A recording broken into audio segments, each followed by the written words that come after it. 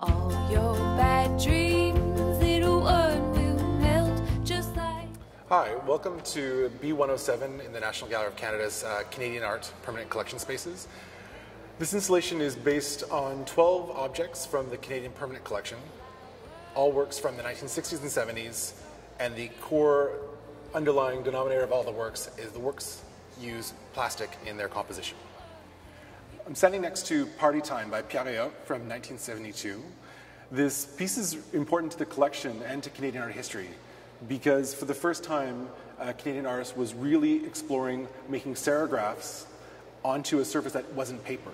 So here he is able to present his visual 2D image without a frame, but he's also incorporating 3D objects into a 2D surface. So as you can see, we've got balloons next to an image of an exploding one. So there's that nice relationship between 2D and 3D imagery. In 1965, for 1 year only, the collective by the name IT, which is an anonymous moniker for the collective, produced a series of works where they were copying major artworks from American modern art history.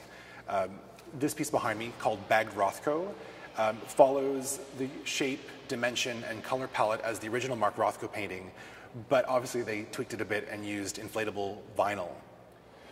Inspired by Prime Minister Pierre Elliott Trudeau's goodwill message recorded for the Apollo 11 space mission in July 1969, Joyce Wieland used clear vinyl in this piece to represent the face shield on an astronaut's uniform. I'm standing inside Les Levine's Star Machine, produced in 1966. He created this object out of an armature and 2 really large pieces of vacuum-formed acrylic sheeting. His goal was to create a sculpture that was as close to invisible as possible. A second work by Les Levine in the installation uses the exact same process as Star Machine. This is called Disposables, and it's from the same year, 1966. When first exhibited in Toronto at Isaac's Gallery in 1967, these objects were meant to be manipulated and moved around by the viewer. You could pick them up off a table, pin them to the wall, or install them on the floor. 30 years later, the works are rather delicate and can't really be moved around anymore. So we've decided to install them in this configuration as an example of how the artist or the viewer may have installed them.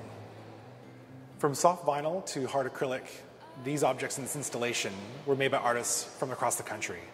The installation is on display until the 30th of April. Little one, this soul has been designed